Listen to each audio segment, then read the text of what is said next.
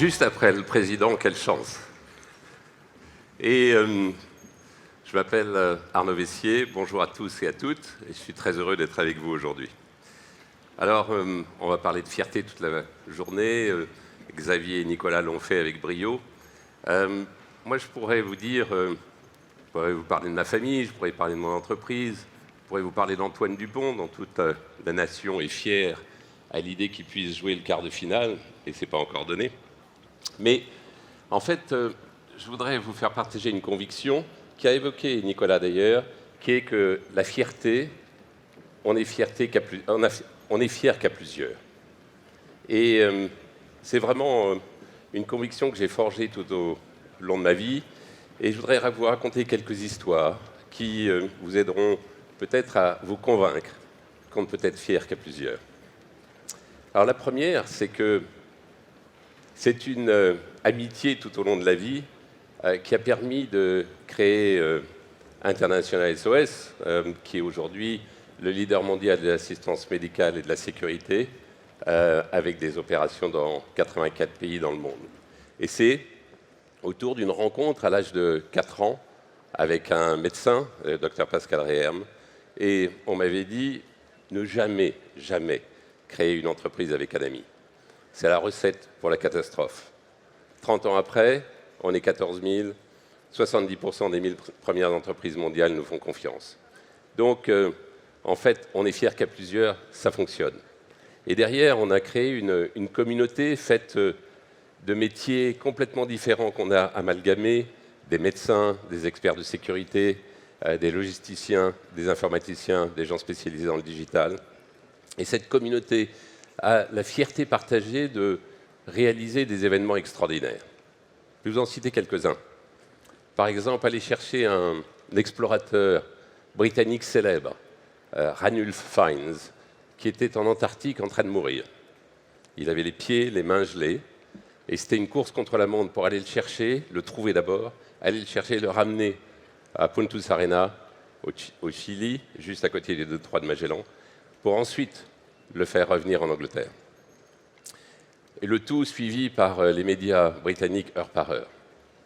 Et quelle plus belle fierté pour nous tous que de l'avoir ramené en Grande-Bretagne, et pour moi que de me retrouver 6 mois après au River Café, restaurant absolument magnifique à Londres, avec un Ranulph Fiennes en pleine forme. Un autre cas qui cette fois-ci touche la France, le Covid. À la demande du ministère de la Santé, nous avons effectué les plus grandes évacuations médicales civiles depuis la guerre, quand on a ramené des dizaines de patients en grande réanimation depuis la Martinique, la Guadeloupe, Tahiti, vers la métropole. Et pour vous donner une idée, dans un avion, on avait 35 médecins et infirmiers, 3,5 tonnes de matériel médical, 10 patients en grande réanimation, tous arrivés vivants à Paris et qui ont pu être aller dans les différents grands hôpitaux français. Ou bien encore, c'est peut-être moins spectaculaire, mais tout aussi important, c'est pendant le Covid toujours de permettre à des industriels, de permettre à des miniers de continuer à produire sans un jour d'arrêt de production, grâce au protocole mis en place par nos équipes autour de l'isolation, les masques, et puis après les vaccins. Donc, et c'est cette fierté collective, fierté partagée de ces 14 000 salariés qui, tous les matins, ont l'impression de faire des choses extraordinaires. Mais cette fierté partagée, on est fier qu'à plusieurs, ça s'applique aussi aux pays. Les pays ont besoin d'être ensemble. Et j'ai 2 expériences qui me le démontrent. La première, c'est autour des chambres de commerce françaises à l'international, dont j'ai l'honneur de présider le réseau.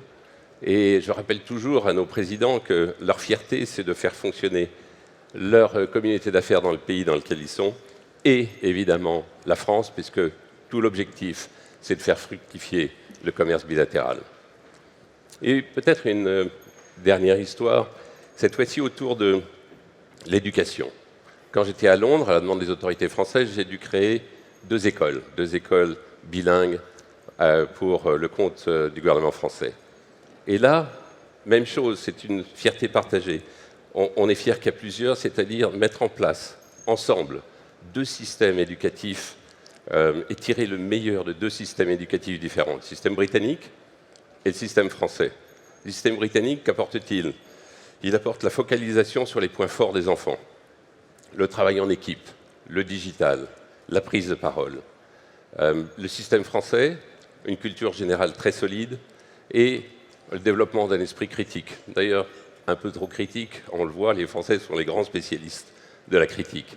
Mais à l'arrivée, on se retrouve avec un projet pédagogique unique qui est de mettre le meilleur, tirer le meilleur de deux systèmes et se retrouver avec des enfants bénéficiant d'un enseignement extraordinaire autour de proviseurs français qui ont la passion de leur métier.